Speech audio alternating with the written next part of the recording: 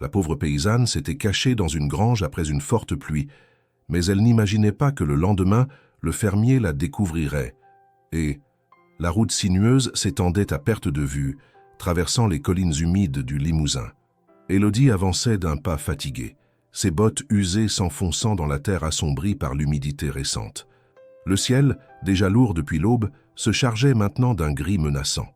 Une odeur de pluie imminente flottait dans l'air, ce parfum si familier de la terre qui s'apprête à être submergée. Elle serra contre son dos la vieille sacoche de toile qui contenait tout ce qu'il lui restait. Quelques vêtements simples, un carnet écorné, une gourde cabossée et une poignée de pièces de monnaie, insuffisantes pour acheter ne serait-ce qu'un repas chaud dans l'une des auberges des environs. Sa vie avait basculé si rapidement qu'elle en avait encore le vertige. Quelques mois plus tôt, elle travaillait encore dans la petite exploitation familiale. La ferme des parents, modeste mais suffisante, avait toujours été un refuge fragile. Les dettes accumulées, la mauvaise saison et les querelles incessantes avaient brisé ce fragile équilibre. Élodie avait fini par être désignée comme responsable de tous ses malheurs. Elle, la cadette, la moins écoutée, s'était retrouvée rejetée, sans perspective et sans appui.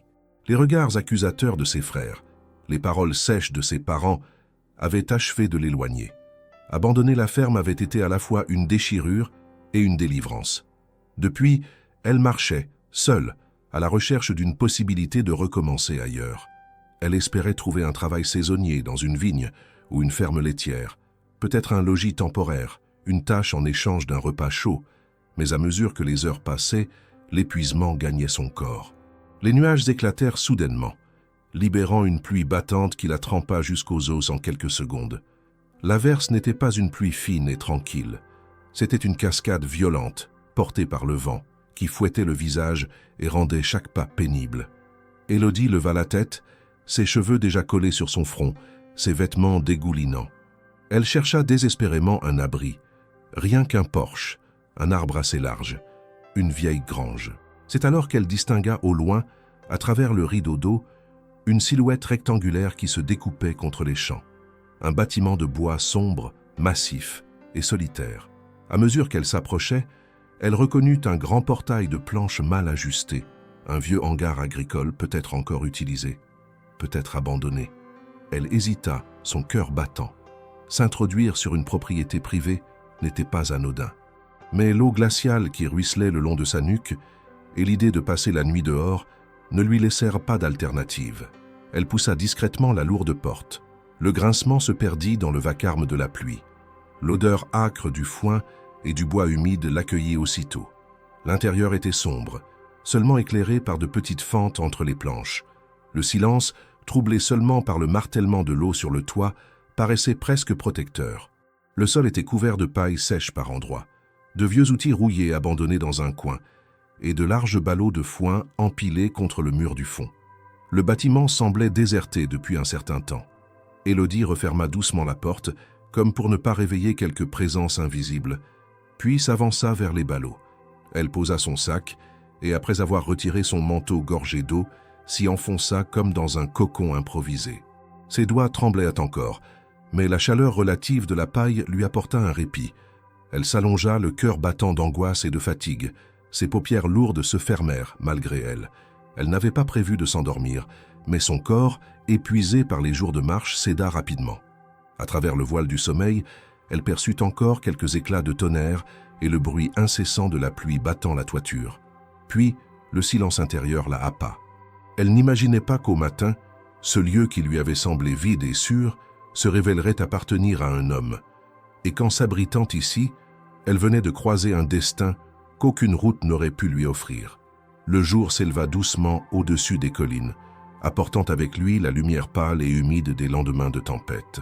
La pluie avait cessé peu avant l'aube, laissant dans l'air une odeur de terre détrempée et de bois gonflé d'humidité. Les champs alentour luisaient encore de perles d'eau suspendues aux herbes hautes, et chaque souffle de vent libérait de fines gouttelettes qui scintillaient comme une poussière fragile. Dans cette campagne isolée, le rythme de la vie ne dépendait ni des horloges de la ville, ni des voix des foules, mais du soleil, des saisons et des gestes anciens répétés depuis des générations. Mathieu s'était levé avant le lever complet du jour, comme il en avait pris l'habitude depuis qu'il avait repris seul la gestion de la ferme. Sa silhouette robuste, quoique marquée par les années et les épreuves, conservait la souplesse d'un homme habitué au travail manuel. Ses gestes matinaux étaient mécaniques, presque rituels. Enfiler sa chemise en coton épais, ajuster ses bottes encore couvertes de boue séchée, nouer rapidement une écharpe usée autour de son cou, puis saisir la lampe tempête accrochée près de la porte. Chaque matin, il s'avançait vers le grand hangar pour nourrir les bêtes, vérifier l'état du foin et préparer les tâches de la journée. Le silence matinal, qu'il avait appris à apprécier malgré sa rudesse, était ce qu'il aimait le plus. L'absence de voix humaines, après des années de solitude, lui tenait lieu de compagnie. Les meuglements sourds des vaches, le frottement des sabots sur la paille, le craquement du bois, tout cela composait une musique discrète mais suffisante pour apaiser son esprit. Pourtant, ce matin-là, il sentit très vite que quelque chose différait. À peine eut-il poussé la grande porte du hangar que ses yeux exercés remarquèrent un détail inhabituel. Sur le sol de terre battue, encore humide à cause des infiltrations de la veille, des traces nettes apparaissaient. Des empreintes fines, plus petites que les siennes, s'enfonçaient dans la boue séchée en direction du coin le plus sombre du bâtiment. Mathieu s'immobilisa, sa lampe à la main. Les animaux étaient tranquilles, aucune agitation ne trahissait la présence d'un intrus menaçant. Pourtant, ces marques lui rappelèrent aussitôt que sa ferme, isolée et ouverte aux quatre vents, n'était pas totalement à l'abri de visites imprévues. Son regard suivit la ligne des empreintes et bientôt, il distingua entre deux piles de foin une forme allongée. Quelqu'un dormait là. L'homme sentit son cœur se resserrer, partagé entre la méfiance instinctive et une curiosité irrépressible. Il s'approcha à pas lents, chaque craquement de ses bottes résonnant contre le silence du hangar. Lorsqu'il fut assez près, la silhouette se précisa. Une femme, jeune encore, ses cheveux bruns éparpillés en mèches humides sur la paille, son manteau roulé sous sa tête en guise d'oreiller. Elle respirait profondément, emportée par un sommeil trop lourd pour être simulé. La pâleur de son visage portait encore les marques de l'épuisement et de la pluie de la veille. Mathieu resta un instant immobile, partagé entre l'envie de la réveiller et l'hésitation à troubler ce fragile repos. Finalement, il toussa légèrement, un geste volontaire mais discret. La réaction fut immédiate. La femme ouvrit brusquement les yeux, se redressa à demi et recula contre la pile de ballots, ses mains cherchant instinctivement son sac. « Je m'en vais », murmura-t-elle d'une voix rauque, les yeux écarquillés, prête à fuir. Mathieu leva une main, paume ouverte, dans un geste calme qui n'avait rien de menaçant. Ses traits restèrent fermes, mais son regard n'exprimait ni colère ni agressivité. Plutôt une sorte de curiosité prudente, tempérée par une fatigue discrète. « Restez, dit-il d'une voix grave, posée, personne ne vous chasse d'ici. » La femme, encore sur la défensive, serrait contre elle la lanière de sa sacoche. Son souffle rapide trahissait la peur, mais aussi l'embarras d'avoir été découverte ainsi. Ses yeux clairs, légèrement rougis, se fixèrent sur ceux de Mathieu, comme pour y lire ses véritables intentions. Elle hésita, prête à bondir vers la sortie, puis s'immobilisa à nouveau. L'attitude de l'homme n'avait rien d'hostile.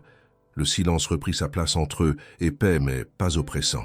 Dans ce silence, on entendait seulement le bruissement des bêtes qui s'agitaient doucement, et le goutte-à-goutte de l'eau tombant d'une fissure du toit, dans un vieux seau cabossé.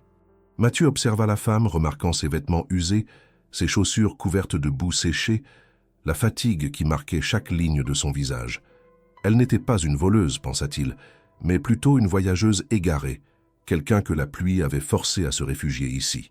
Il fit quelques pas en arrière, comme pour lui laisser de l'espace, puis ajouta « Vous deviez être trempé hier soir.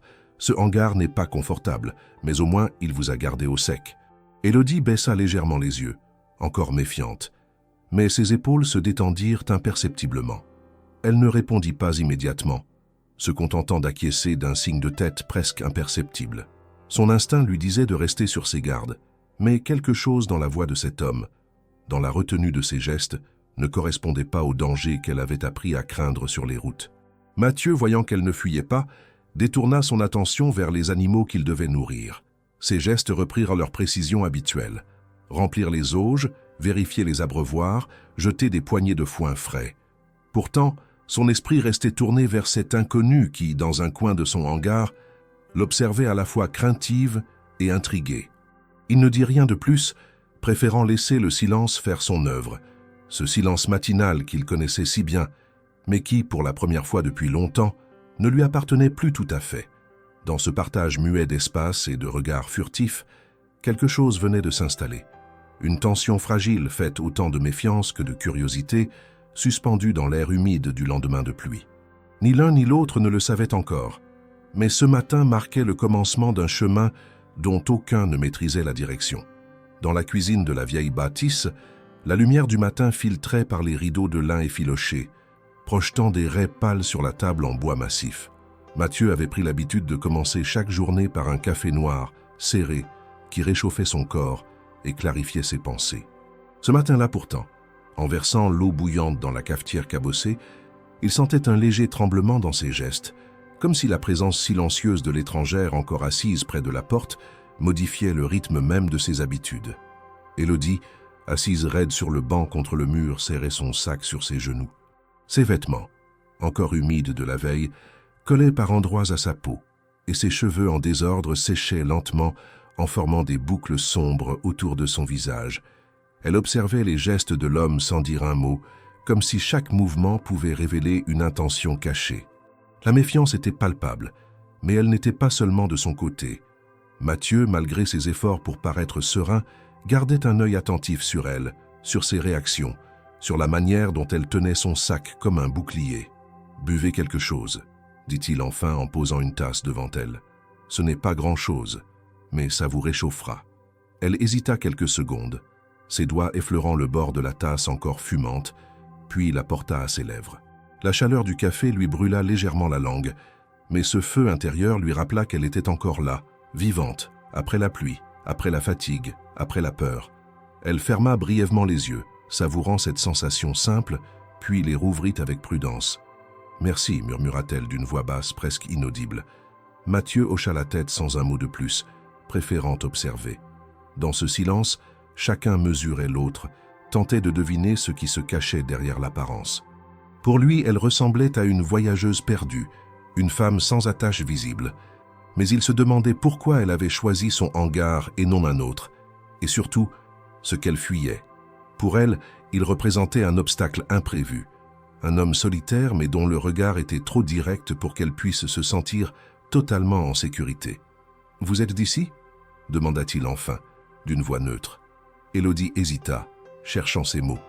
Elle ne voulait pas mentir, mais elle ne voulait pas non plus se livrer entièrement.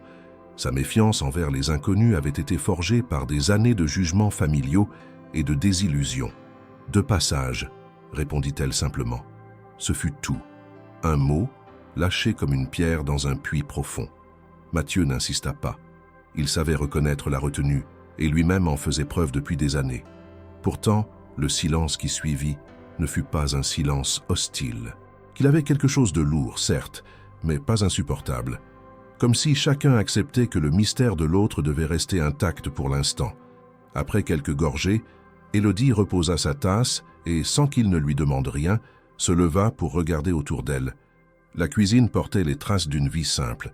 Les assiettes ébréchées empilées dans un coin, le pain rassis laissé sur une planche, les bocaux de confiture maison alignés sur une étagère. Tout indiquait la routine d'un homme seul, méthodique, qui ne comptait sur personne d'autre. Elle sentit en elle un mélange de tristesse et d'admiration. Alors, dans un élan presque inconscient, elle prit un chiffon posé sur l'évier et se mit à essuyer la table. Mathieu la regarda faire sans rien dire. Ses gestes étaient rapides, efficaces, comme ceux de quelqu'un qui avait l'habitude d'aider, de prendre soin d'un espace qui n'était pas le sien. Elle ne cherchait pas à s'imposer, mais le naturel de son geste surprit l'homme. « Vous n'aviez pas besoin de faire ça », dit-il enfin. Élodie haussa légèrement les épaules. « Je n'aime pas rester sans rien faire. » Cette phrase, simple mais chargée de sous-entendus, résonna étrangement en lui. Depuis la mort de sa femme et de sa petite-fille, la maison n'avait plus connu d'autre présence que la sienne.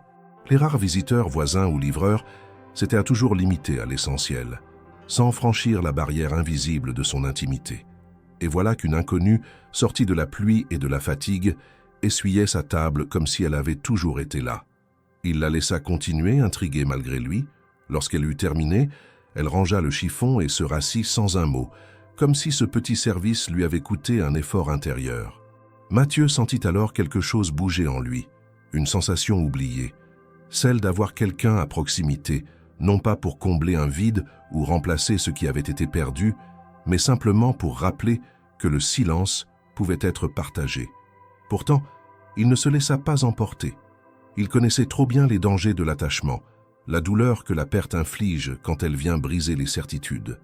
Il garda donc son ton neutre, son visage impassible, même si au fond de lui une part infime savourait cette présence inattendue. La méfiance restait, comme une barrière invisible entre eux. Mais sous cette barrière, une fissure s'était ouverte. Une fissure minuscule, presque imperceptible, mais suffisante pour laisser filtrer quelque chose qui ressemblait à une curiosité réciproque. Mathieu ne le dit pas, Élodie non plus, mais tous deux le sentirent.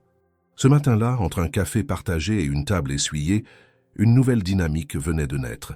Ni confiance pleine, ni rejet brutal. Juste ce mince fil qui relie deux êtres étrangers lorsqu'ils décident, même inconsciemment, de ne pas tourner le dos tout de suite. Le lendemain matin, l'air était encore saturé d'humidité, mais le ciel avait retrouvé un bleu pâle, strié de quelques nuages effilés qui s'étiraient au-dessus des champs. La ferme reprenait son souffle après l'orage, et avec elle ses habitants habituels, les bêtes. Les vaches beuglaient doucement dans l'étable, réclamant leur nourriture, les poules grattèrent la terre mouillée à la recherche de vers, et un chien fatigué, couché près de la porte, observait tout d'un œil paresseux. C'était une journée ordinaire dans un lieu où chaque geste comptait, où rien ne se faisait sans effort et où chaque tâche, même la plus banale, exigeait constance et patience. Élodie, malgré ses hésitations de la veille, avait accepté de rester encore quelques heures. Elle ne savait pas si elle devait parler d'un choix ou d'une contrainte, mais elle avait senti qu'il serait malvenu de disparaître à l'aube sans prévenir. De plus, son corps réclamait du repos, et ses pas n'avaient plus la même force qu'au début de son voyage. Ainsi, elle suivit Mathieu vers l'étable, sans trop savoir si sa présence était désirée ou simplement tolérée. L'homme, fidèle à son habitude, ne parla pas beaucoup. Ses gestes précis témoignaient d'années de pratique. Saisir une fourche, déplacer les lourds tas de foin, remplir les auges, vérifier l'eau. Chaque mouvement semblait mesuré, exécuté avec une énergie contenue qui ne perdait rien en efficacité. Élodie, d'abord spectatrice, ne resta pas longtemps immobile. Elle attrapa un seau, le remplit d'eau claire, puis le posa près d'une vache qui la fixait de ses grands yeux tranquilles. Les animaux l'intimidaient un peu, mais elle se força à rester calme, à avancer avec prudence. Mathieu l'observa sans rien dire, notant la détermination maladroite de cette femme qui n'avait rien d'une citadine délicate, mais qui ne semblait pas non plus née pour ce genre de travaux. Pourtant, elle ne reculait pas, elle ne se plaignait pas, et chaque petite action qu'elle entreprenait respirait la volonté de se rendre utile. Un moment de silence prolongé suivit, ponctué seulement par le bruit des vaches mastiquant bruyamment le foin et celui des seaux qu'on posait sur le sol. Élodie sentait la présence de l'homme derrière elle, comme une ombre discrète mais attentive. Elle aurait voulu engager une conversation, briser cette distance qui lui pesait, mais chaque tentative lui semblait prématurée, risquée. Alors elle garda le silence, se contentant d'accomplir les tâches qu'elle devinait nécessaires. Pourtant, ce mutisme n'était pas vide. Il avait une texture particulière, faite d'observations muettes, d'évaluations réciproques. Mathieu, en remplissant ses seaux et en balayant la paille, jetait de brefs coups d'œil vers Élodie. Il voyait dans ses gestes une forme de sincérité qui le troublait plus qu'il ne voulait l'admettre. Elle n'avait rien demandé, n'exigeait pas d'explication. Elle se contentait d'être là, dans ce quotidien qu'il croyait figé pour toujours dans la solitude. À un moment, Élodie trébucha légèrement en essayant de déplacer un seau trop plein. La lourdeur de l'eau l'avait surprise et elle dut retenir le récipient à deux mains pour ne pas le renverser. Mathieu s'approcha immédiatement, posa une main ferme sur le seau et le souleva comme si de rien n'était. « Trop lourd », dit-il simplement. Elle le regarda, un peu vexée, mais surtout reconnaissante. « Je peux apprendre », répondit-elle. Ce bref échange aurait pu sembler insignifiant à un observateur extérieur, mais il avait pour eux une intensité inattendue. Dans ce trop lourd se lisait une forme d'attention que Mathieu n'offrait plus à personne. Dans ce « je peux apprendre », il y avait une promesse silencieuse d'effort et de présence. Puis chacun retourna à ses tâches, comme si rien n'avait été dit. Mais les mots restèrent suspendus dans l'air, chargés de plus de poids que leur brièveté ne le laissait croire. Au fil de la matinée, l'étrangeté de la situation s'estompa un peu. Les gestes répétitifs, l'odeur animale, le bruit des sabots, tout cela créa une atmosphère où le temps semblait s'allonger. Élodie découvrait une autre forme de fatigue, plus physique que mentale, mais étrangement apaisante. Elle sentait ses muscles protester, mais elle se surprenait à apprécier la simplicité de ce travail. Donner, nettoyer, replacer, répéter. Dans cette mécanique exigeante, elle n'avait pas besoin de penser à ce qu'elle avait fui, à ce qu'elle avait perdu. Mathieu, de son côté, commençait à ressentir la différence subtile qu'imposait cette présence. Il se souvenait encore des années où il effectuait ses gestes en compagnie de sa femme, où les silences étaient ponctués de sourires, de petites phrases, d'une complicité tranquille. Après leur disparition, le silence était devenu une armure, un refuge contre la douleur. Mais désormais, face à Élodie, ce silence prenait une autre teinte. Il n'était plus seulement solitude, mais attente. À midi, lorsque les bêtes furent enfin rassasiées et que l'air de l'étable s'était empli de chaleur et d'odeurs fortes, Mathieu posa sa fourche et s'essuya le front d'un geste brusque. Élodie, essoufflée, fit de même. Ils échangèrent un regard bref, sans sourire mais pas froid. Un regard qui disait simplement « Nous avons travaillé ensemble ». Ce fut un moment discret, mais suffisant pour marquer un changement. Il n'était plus seulement l'homme qui avait trouvé une intruse et la femme qui craignait d'être rejetée. Ils devenaient deux travailleurs partageant la même fatigue, deux corps mêlés à la même poussière de foin, deux respirations rythmées par la même tâche. Le reste de la journée se déroula dans la même retenue. Pas de grandes confidences, pas de rapprochement spectaculaire. Seulement la répétition de gestes communs, le partage d'un espace et d'un effort. Pourtant, à travers cette simplicité, une présence nouvelle s'était installée dans la ferme, une présence qui, sans qu'ils osent encore le dire, venait fissurer les murs intérieurs qu'ils avaient érigés chacun de leur côté. Et lorsque la nuit tomba, ils savaient tous deux que ce silence, désormais, ne leur appartenait plus de la même manière. Il avait changé de forme, portait désormais le poids discret de ce qu'ils avaient commencé à construire sans en parler. La pluie avait laissé place à plusieurs jours de ciel clair, et la ferme retrouvait son rythme ordinaire. Les champs portaient encore les marques de l'orage, mais les chemins commençaient à sécher et l'air s'était adouci. Élodie s'était installée dans une routine fragile aux côtés de Mathieu. Elle se levait tôt, parfois avant lui, et se rendait utile dans la cour ou à l'étable. Son corps, d'abord maladroit, commençait à s'habituer à la répétition des gestes agricoles, et même si ses muscles la faisaient souffrir, elle accueillait cette douleur comme une preuve de sa volonté d'avancer. Elle ne cherchait pas à forcer la conversation avec l'homme, mais elle commençait à se repérer dans son silence, à comprendre qu'il fallait attendre les rares mots qu'il voulait bien offrir au lieu de les provoquer. Un matin, alors qu'il devait s'occuper de la réparation d'une clôture, Mathieu lui proposa de rester dans la maison principale pour nettoyer quelques pièces qu'il n'avait plus le temps de maintenir. Ce fut la première fois qu'il lui ouvrait vraiment les portes de son intérieur, et Élodie entra avec une réserve respectueuse.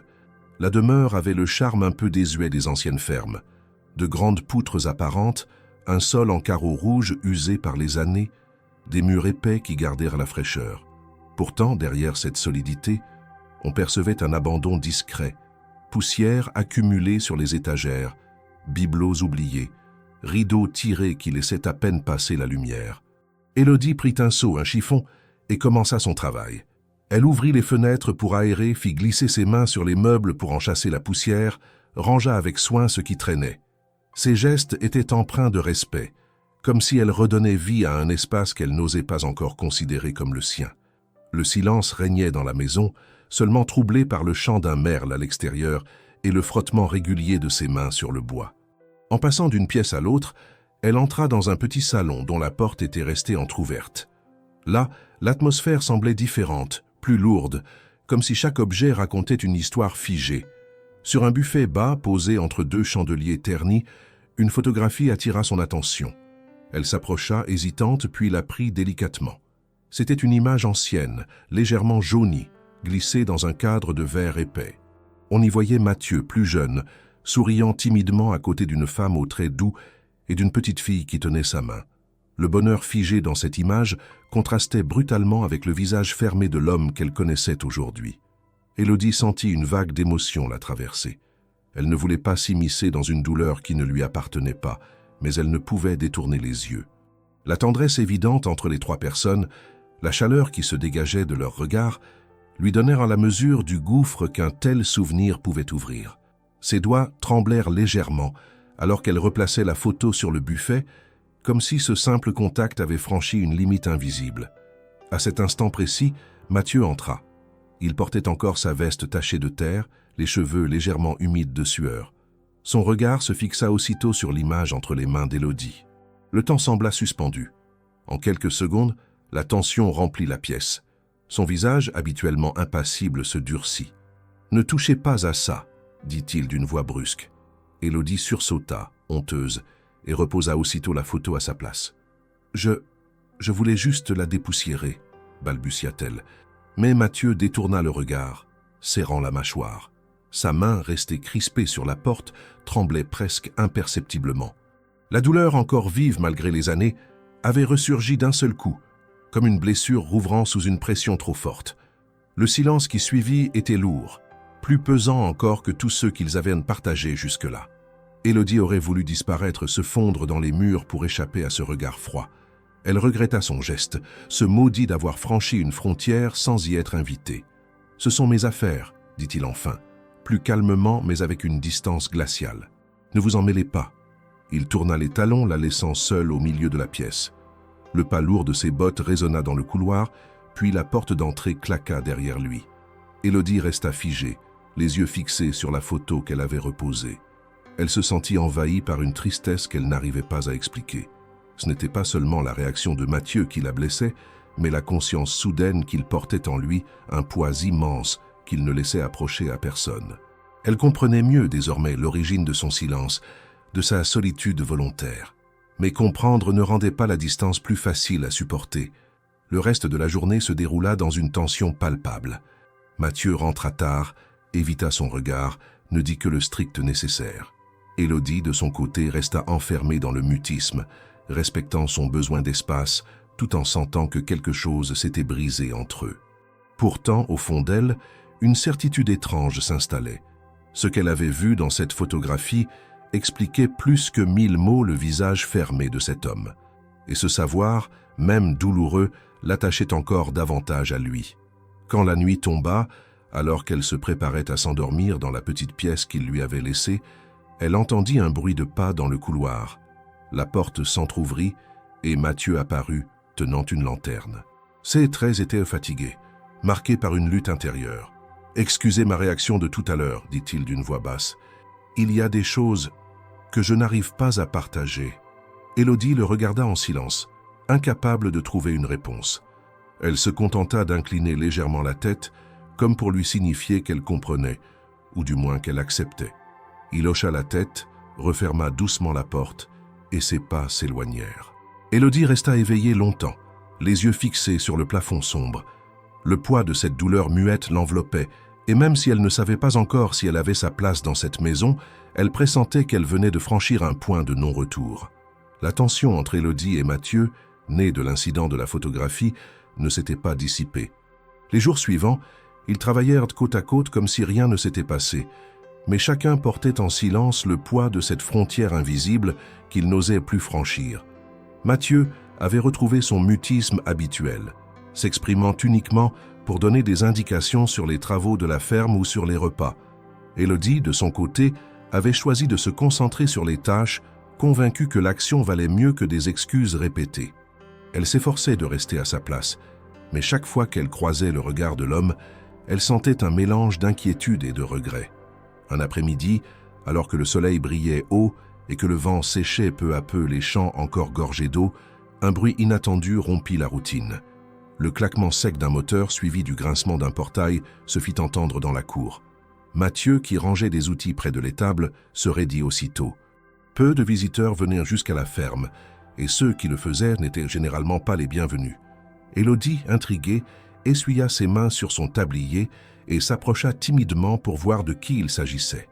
Une silhouette massive descendit d'une camionnette cabossée. Pierre, un voisin éloigné connu dans la région pour son franc-parler brutal et ses manières brusques, s'avança d'un pas lourd. Sa chemise ouverte sur un torse rougeau, ses bottes couvertes de poussière et son regard fixe traduisaient une assurance arrogante. Il salua Mathieu d'un ton trop familier. « Alors, mon vieux, toujours aussi enfermé dans ton coin ?» Mathieu répondit d'un simple hochement de tête, son expression fermée trahissant déjà son impatience. Mais Pierre ne sembla pas remarquer ou feignit de ne pas voir. Son regard glissa rapidement vers Élodie, restée en retrait près de la porte. Un sourire narquois étira ses lèvres. « Eh bien, qui voilà ? Tu caches donc des surprises, Mathieu. Je ne pensais pas que tu avais encore de la compagnie dans cette grande maison vide. » Élodie sentit le rouge lui monter aux joues. Elle baissa légèrement les yeux, mal à l'aise sous ce regard insistant.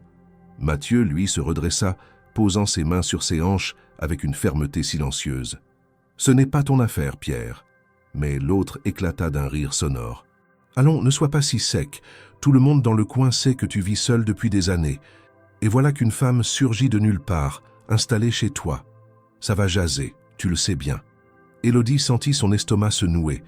Elle n'avait pas imaginé que sa présence puisse susciter ce genre de commentaires. Elle se sentit soudain étrangère, intrusive, presque coupable. Elle aurait voulu répondre, se défendre, mais ses mots restèrent coincés dans sa gorge. Mathieu, en revanche, fit un pas en avant, son visage fermé comme une porte de fer. « Ça suffit, dit-il d'une voix basse mais ferme. Tu es venu pourquoi, exactement ?» Pierre haussa les épaules, feignant l'innocence. « Pour la récolte. On parlait d'échanger du matériel, tu te souviens? Mais visiblement, je tombe en plein milieu d'une histoire plus intéressante. » Son regard se posa à nouveau sur Élodie, insistant, lourd de sous-entendus. Ce fut la goutte de trop pour Mathieu. Il s'approcha de son voisin, réduisant la distance entre eux à quelques centimètres. « Tu n'as rien à dire sur ce qui se passe ici. Et si tu veux reparler de matériel, tu reviendras une autre fois. Maintenant, pars. » Le ton ne laissait aucune place à la discussion. Pierre soutint son regard quelques secondes, comme pour défier son autorité, puis finit par reculer d'un pas. « Très bien, » dit-il en levant les mains d'un air faussement conciliant. « Mais tu verras, les langues dans le village ne resteront pas muettes. » Il remonta dans sa camionnette, fit vrombir le moteur et quitta la cour dans un nuage de poussière. Le silence retomba aussitôt, mais ce silence-là n'avait rien d'apaisant. Il était lourd des mots laissés derrière lui, des insinuations qui résonnaient encore. Élodie n'osait pas lever les yeux. Elle se sentait responsable de cette tension, persuadée que sa présence attirait des problèmes qu'elle n'avait pas les moyens de résoudre.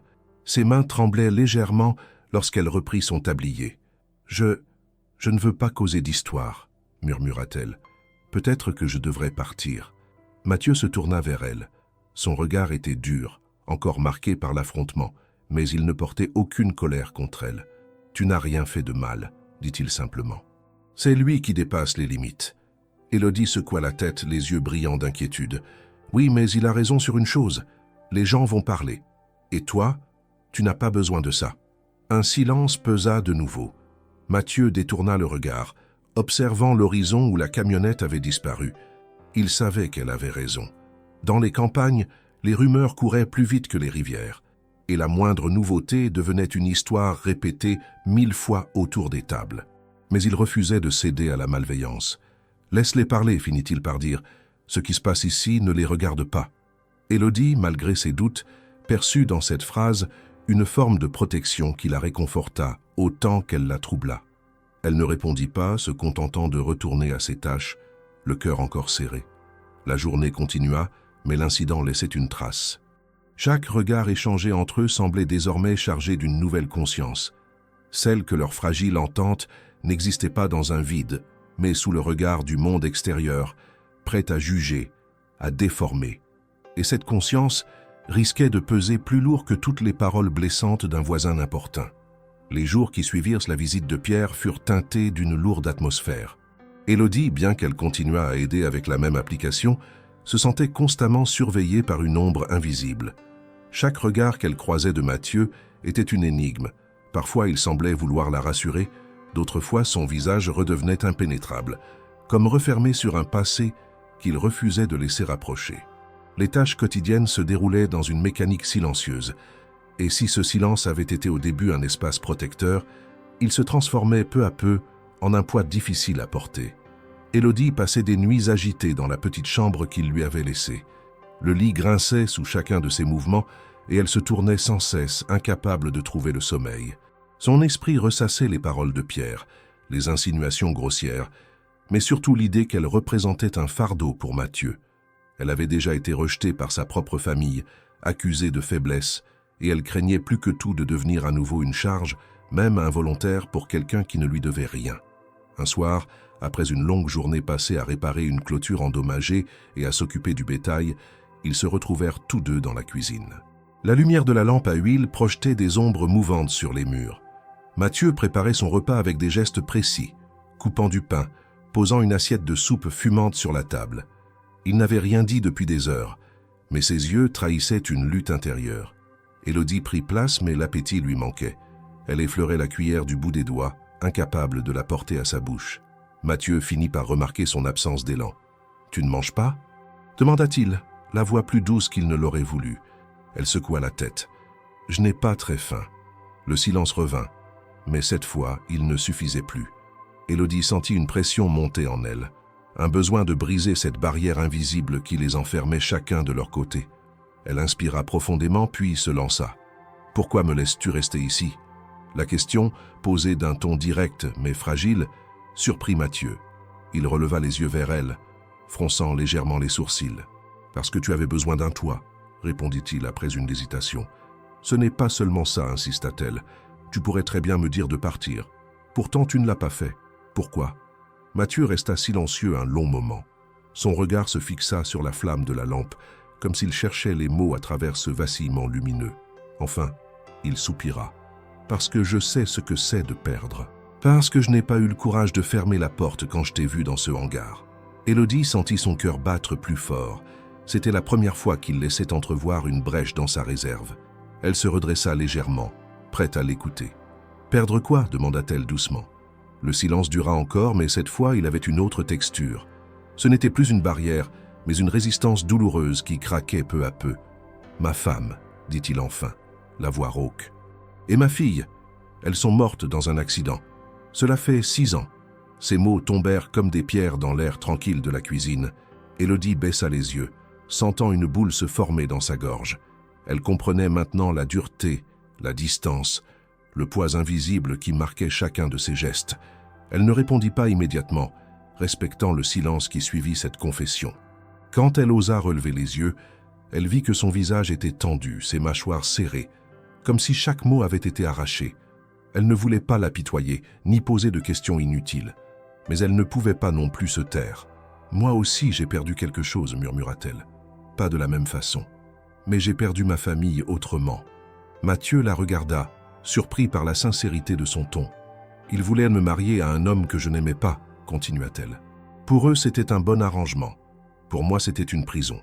Quand j'ai refusé, ils m'ont rejeté. Ils ont dit que je n'étais plus des leurs. J'ai quitté la maison avec presque rien.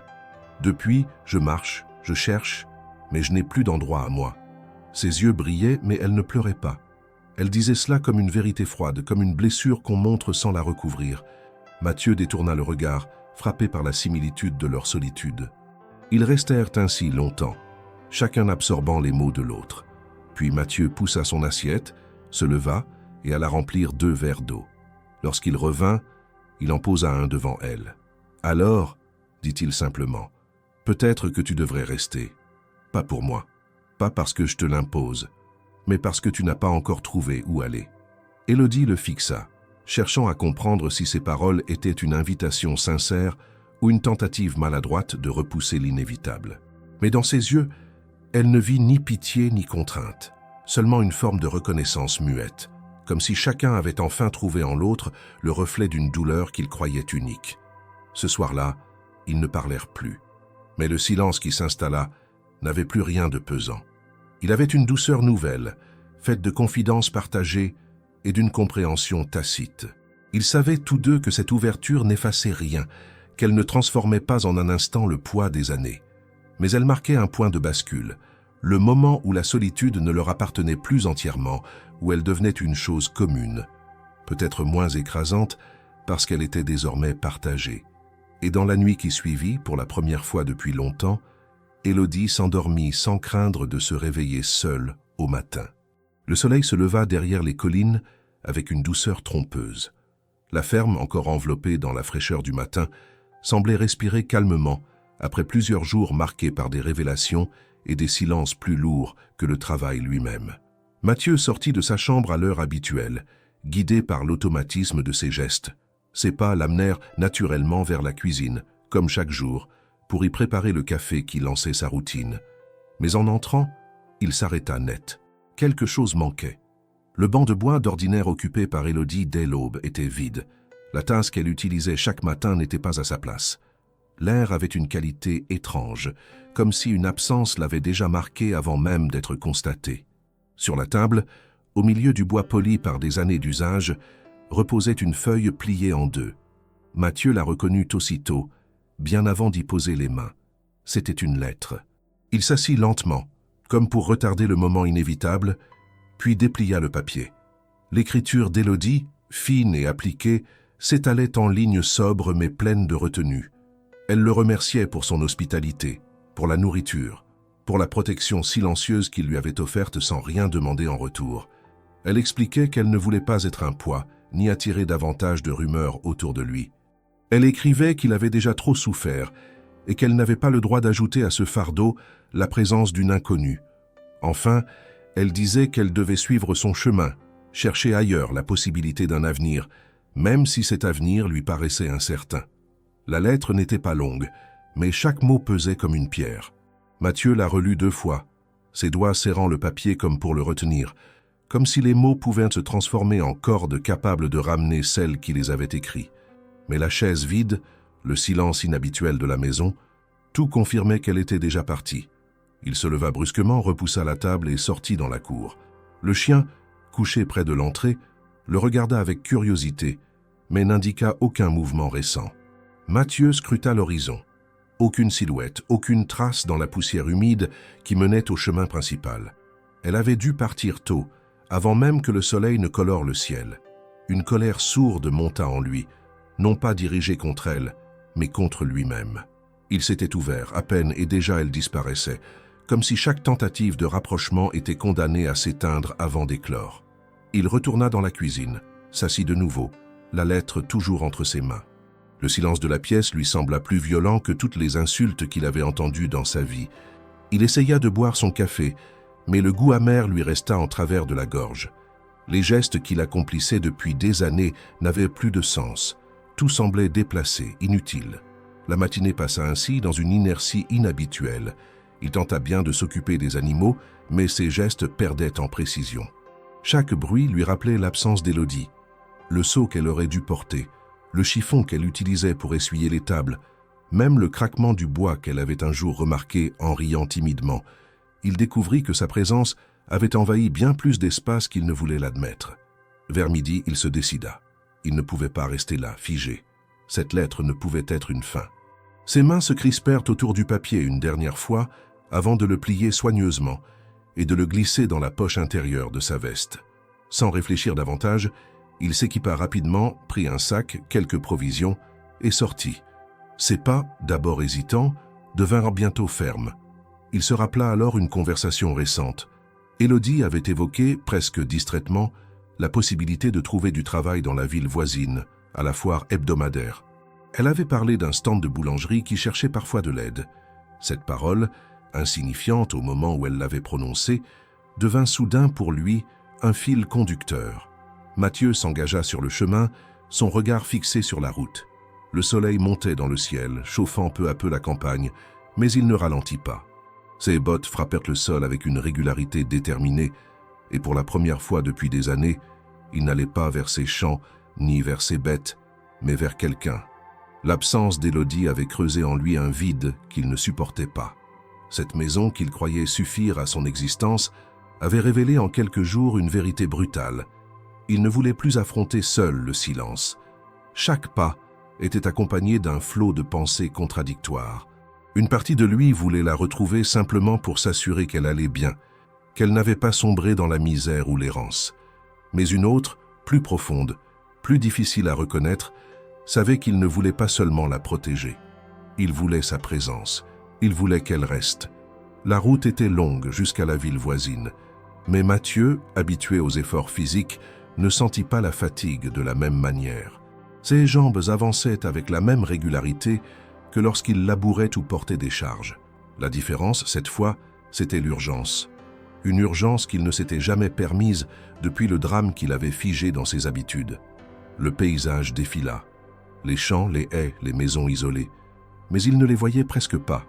Dans son esprit, il n'y avait que l'image d'Élodie quittant la maison au petit matin, sa silhouette disparaissant sur le chemin sans se retourner. Il se demandait si elle espérait qu'il la rattrape ou si elle souhaitait vraiment qu'il respecte sa décision. Cette incertitude le rongeait, mais il choisit de ne pas y céder. Lorsqu'il atteignit enfin les abords de la ville, le bruit de la vie urbaine le saisit.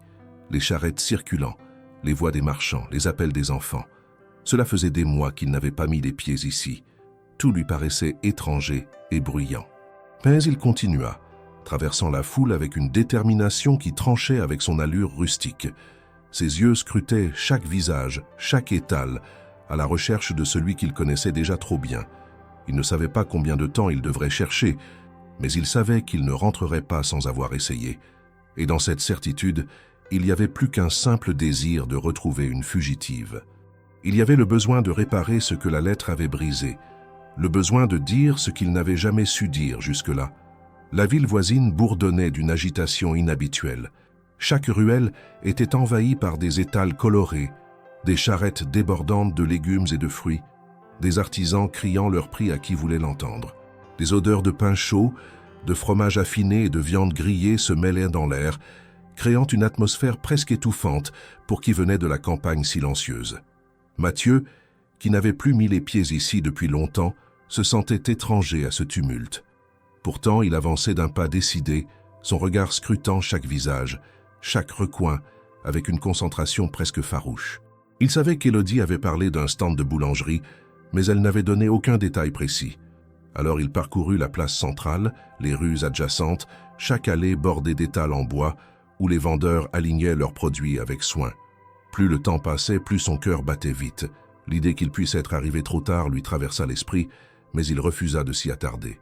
Il continua sa recherche, déterminé à ne pas laisser une seconde fois quelqu'un lui échapper. Après de longues minutes, son regard s'arrêta sur un petit stand installé à l'ombre d'un grand tilleul. L'odeur de pain frais et de brioches sucrées s'en dégageait, attirant une file de clients impatients. Derrière le comptoir improvisé, une silhouette familière s'affairait, coupant des morceaux, tendant des sachets de papier, encaissant avec une adresse qu'elle n'avait certainement pas eue depuis longtemps. Les cheveux d'Élodie, attachés à la hâte, laissaient échapper quelques mèches qui encadraient son visage concentré. Elle portait un tablier blanc, déjà taché de farine, et ses gestes avaient quelque chose de mécanique, comme si elle s'accrochait à ce travail pour ne pas penser au reste. Mathieu s'arrêta à quelques pas, soudain figé.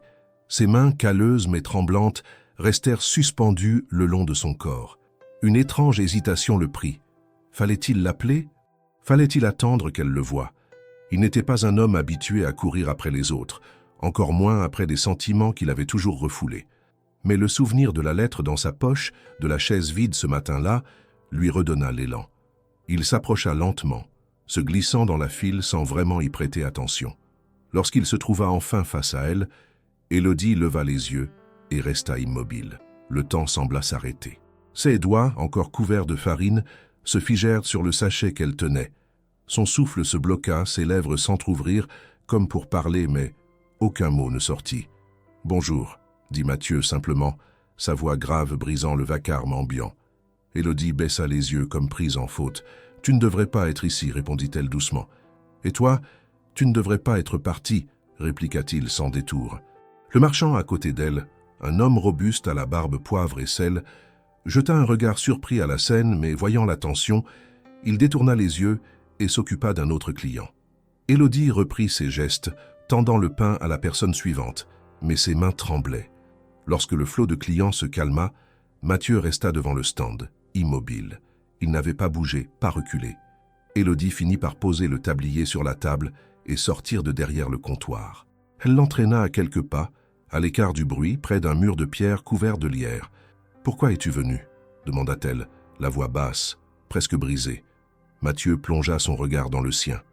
parce que je ne supportais pas de te voir partir sans rien dire, parce que cette lettre, elle ne pouvait pas être la fin. » Élodie détourna les yeux, fixant le sol pavé. « Je ne voulais pas causer de problème.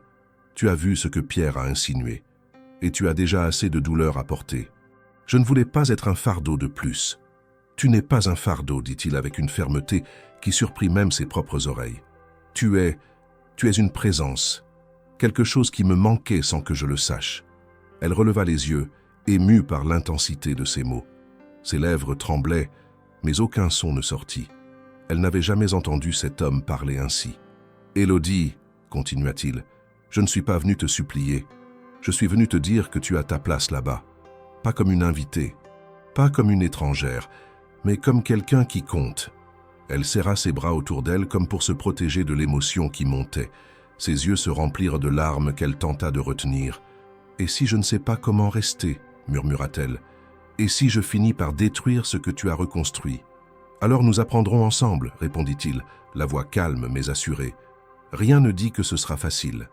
Mais je préfère affronter ça avec toi que de revenir chaque soir dans une maison vide. » Le silence qui suivit fut différent de tous ceux qu'ils avaient connus jusque-là. Il n'était ni pesant, ni plein de reproches.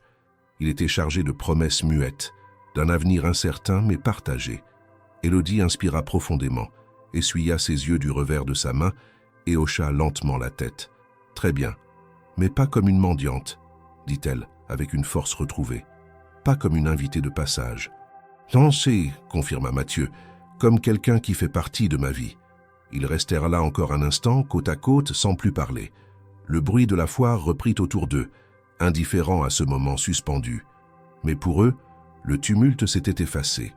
Ce qui comptait, c'était la certitude qu'ils venèrent de franchir un pas qu'aucune lettre, aucune fuite ne pourrait plus effacer.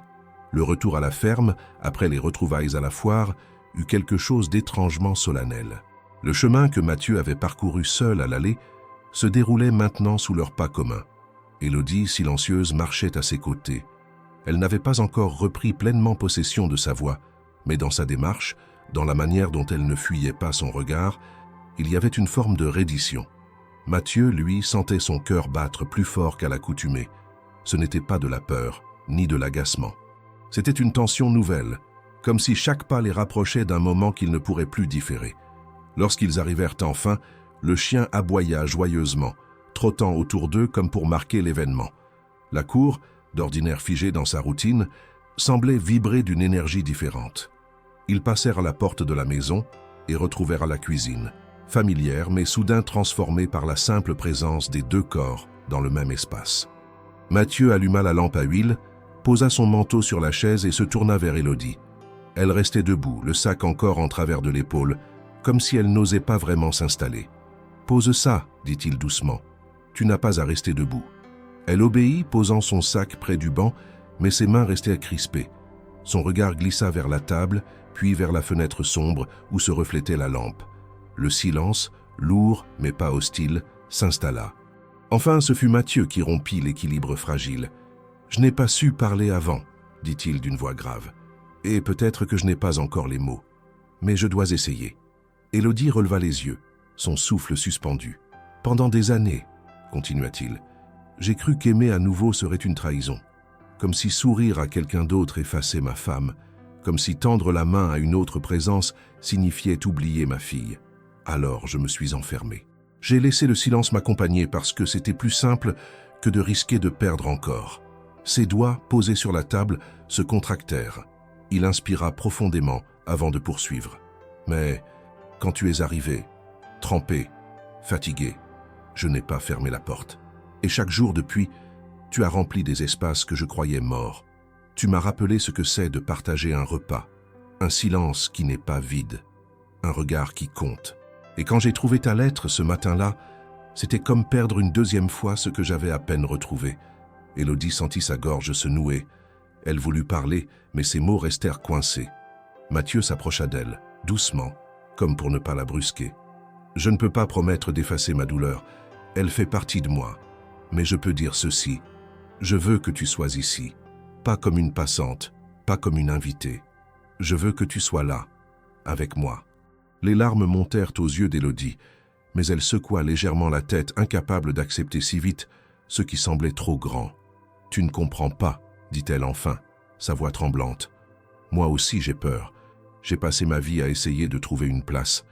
Et chaque fois qu'on m'en offrait une, elle n'était jamais la mienne.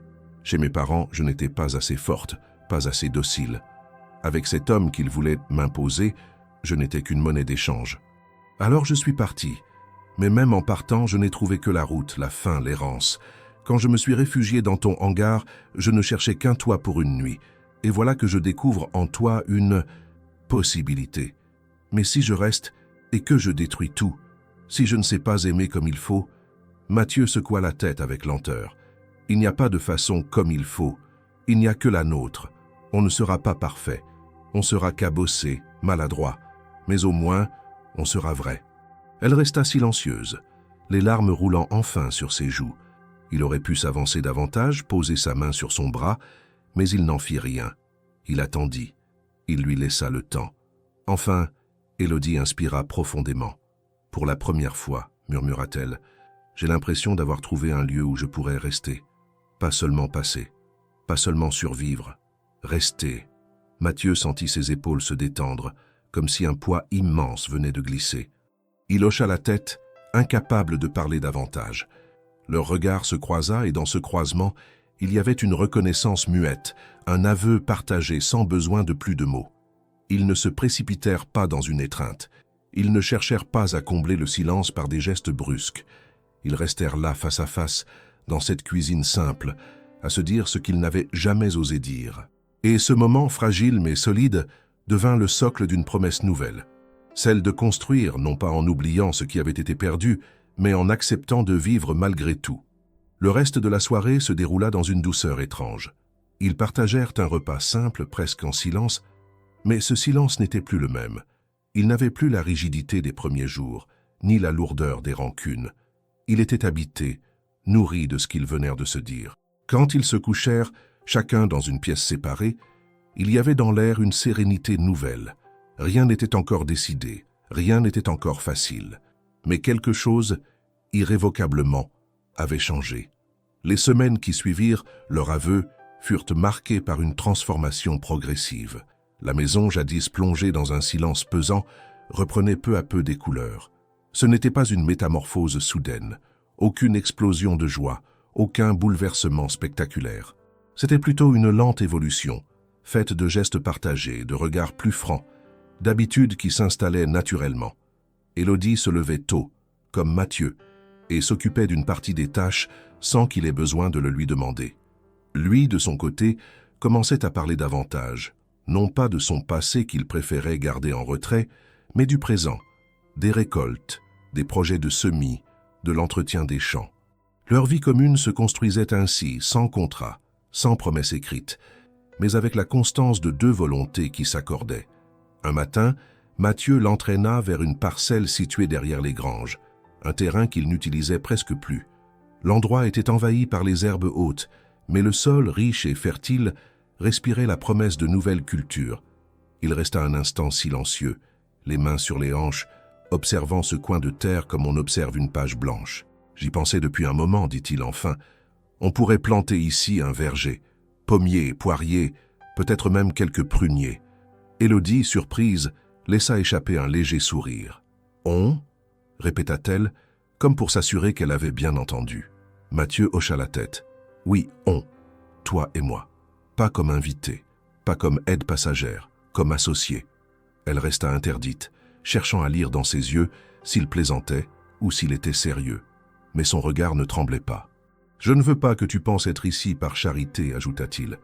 Je sais ce que c'est que de se sentir de trop, alors je préfère que ce soit clair. Si tu acceptes ce verger, la ferme, tout ce que nous ferons, ce sera à nous deux. » Les mots résonnèrent en elle avec une intensité presque douloureuse.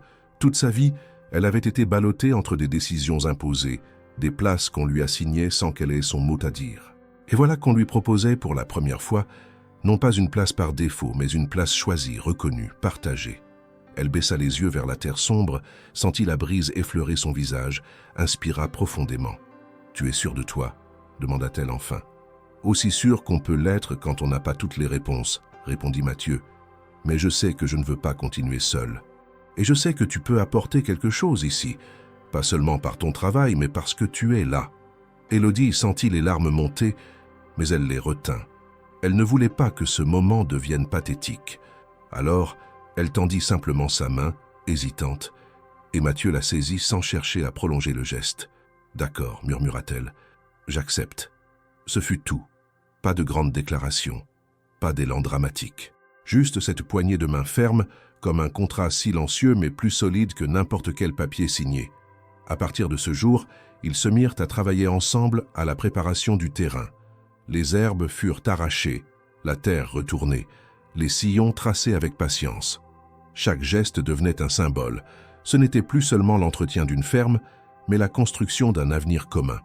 Élodie, les mains couvertes de terre, sentait dans ses muscles endoloris une énergie nouvelle, comme si chaque effort plantait aussi une racine en elle. Mathieu, lui, observait avec une attention discrète la manière dont elle s'impliquait, et plus il la voyait persévérer, plus il se sentait confirmé dans son choix. Le soir, épuisé, il se retrouvait dans la cuisine. Il mangeait en silence ou échangeait quelques phrases brèves, mais ce silence n'avait plus rien de pesant. Il ressemblait à celui de deux travailleurs fatigués mais satisfaits, complices dans l'effort. Parfois, leurs regards se croisaient plus longtemps qu'avant, et dans ces croisements se glissaient des promesses qu'ils n'avaient pas encore besoin de dire. Un soir, alors qu'il terminait de ranger les outils, Élodie s'arrêta au milieu de la cour. « Je crois que je n'ai jamais eu autant l'impression d'appartenir à un endroit, » dit-elle d'une voix basse. Mathieu la regarda longuement, sans répondre tout de suite. Puis il posa sa main sur son épaule, simple geste mais chargé de tout ce qu'il ne savait pas encore exprimer. Leur rapprochement n'était pas celui des passions brûlantes ou des élans spectaculaires. C'était un rapprochement lent, respectueux, construit sur la confiance retrouvée et le travail partagé. Et c'était peut-être cela qui le rendait plus fort encore. Il n'avait pas besoin de se précipiter parce qu'il savait que ce qu'il construisait durerait autant que les arbres qu'il plantait. L'été avançait, et avec lui, l'effervescence du village voisin. Chaque année, à la fin des récoltes, les habitants organisaient un festival de moisson. Ce n'était pas seulement une occasion de vendre les excédents ou de montrer les meilleurs produits de la saison. C'était surtout un moment de rassemblement, de musique, de danse et de repas partagés. Pour Mathieu, ce festival représentait un souvenir amer. Depuis la disparition de sa femme et de sa fille, il n'y avait plus jamais mis les pieds. Il préférait rester enfermé dans la ferme, coupé des rires et des regards curieux, incapable d'affronter l'écho d'une vie qu'il ne pouvait plus vivre. Mais cette année-là, les choses étaient différentes. Élodie, à présent pleinement intégrée à son quotidien, lui parla du festival avec un mélange de timidité et de détermination. « Tu n'as pas envie d'y aller ?» demanda-t-elle un soir en pliant un linge près de la cheminée. Mathieu haussa les épaules, signe qu'il donnait toujours lorsqu'il voulait éviter un sujet. « Ce n'est pas pour moi, » répondit-il. « Peut-être que ce n'était pas pour toi avant, mais maintenant, tu n'es plus seul. » Il se contenta de la fixer, sans répliquer. Pourtant, au fond de lui, il savait qu'elle avait raison. C'est ainsi que, le jour du festival, pour la première fois depuis 6 ans, il attacha son meilleur gilet, enfila une chemise propre et se laissa convaincre de rejoindre la foule. Le village était en liesse. Les rues étroites étaient décorées de guirlandes de blé tressées et de rubans colorés. Des musiciens installés sur la place jouaient des airs entraînants, et l'odeur de plats mijotés emplissait l'air chaud du soir. Les habitants, habitués à voir Mathieu seul, le regardèrent avec surprise lorsqu'il apparut au bras d'Élodie. Les chuchotements commencèrent aussitôt. Certains curieux échangèrent des regards appuyés, d'autres souriaient avec une sincère bienveillance. Élodie sentit le poids de ces regards, mais elle redressa la tête. Elle n'avait pas traversé l'exil, le rejet et la solitude pour se laisser intimider par des commérages. Mathieu, de son côté, marchait droit, son expression impassible masquant l'effort que lui demandait cette réapparition en public. Ils s'arrêtèrent devant un stand de cidre où un vieil homme salua Mathieu avec chaleur. « Ça fait longtemps qu'on ne t'a pas vu ici, » dit-il. « C'est bon signe de te voir revenir. » Mathieu hocha la tête sans s'étendre, mais son regard se radoucit légèrement. Élodie prit un verre, échangea quelques mots aimables avec le vendeur, et son aisance fit comprendre à Mathieu qu'elle avait décidé de ne pas se laisser réduire à une étrangère. La soirée se déroula ainsi, entre musique, danses improvisées et discussions discrètes. Mais tout bascula lorsqu'une voix qu'ils connaissaient trop bien résonna derrière eux. « Alors, Mathieu, voilà donc ta nouvelle compagne ?» Pierre, le voisin importun, s'était avancé, un sourire mauvais aux lèvres. Ses yeux brillaient de l'ivresse et de la satisfaction de troubler ce moment. Plusieurs personnes autour se turent, pour écouter, curieuses. Élodie sentit son cœur se serrer, mais avant qu'elle ne puisse répondre, Mathieu fit un pas en avant. « Assez », dit-il d'une voix forte. Le silence se fit aussitôt. « Tu viens à chaque fois avec tes sous-entendus, tes rires faciles. Mais je ne te laisserai pas salir quelqu'un qui n'a fait que travailler et apporter ici une présence honnête. » Pierre leva les mains, faussement innocent. « Allons, ce n'est qu'une remarque. Pas la peine de t'emporter. »« Si, » répliqua Mathieu, « c'est justement le moment. Je me suis tu trop longtemps, mais maintenant, je veux être clair. Élodie est avec moi. Elle a sa place ici, et elle n'a pas à subir tes mots. » Les regards se tournèrent vers eux. Certains souriaient discrètement, d'autres froncèrent les sourcils. Mais dans ce silence collectif, Élodie sentit quelque chose se briser en elle. Cette peur d'être de trop, de n'être qu'une passante dans la vie des autres. Mathieu venait de la défendre devant tous, publiquement, sans détour. Pierre, déstabilisé, recula, marmonna quelques paroles confuses et s'éloigna en titubant. La musique reprit peu après, et la foule se dispersa à nouveau dans l'animation générale. Élodie, émue, se tourna vers Mathieu. « Tu n'étais pas obligé… »« Si, » répondit-il, « parce que tu comptes, et je ne laisserai plus personne en douter. » Ces mots résonnèrent en elle plus fort que n'importe quelle déclaration. Ils valaient promesse. Ce soir-là, lorsqu'ils rentrèrent ensemble à la ferme, Élodie regarda la maison d'un autre œil. Elle n'était plus un abri temporaire, ni un refuge arraché à la pluie. Elle devenait un lieu de reconnaissance, un espace où elle pouvait exister pleinement.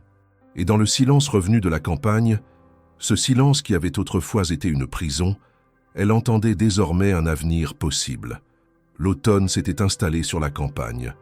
Les arbres du verger qu'ils avaient plantés ensemble commençaient à perdre leurs premières feuilles, tapissant la terre d'un tapis doré.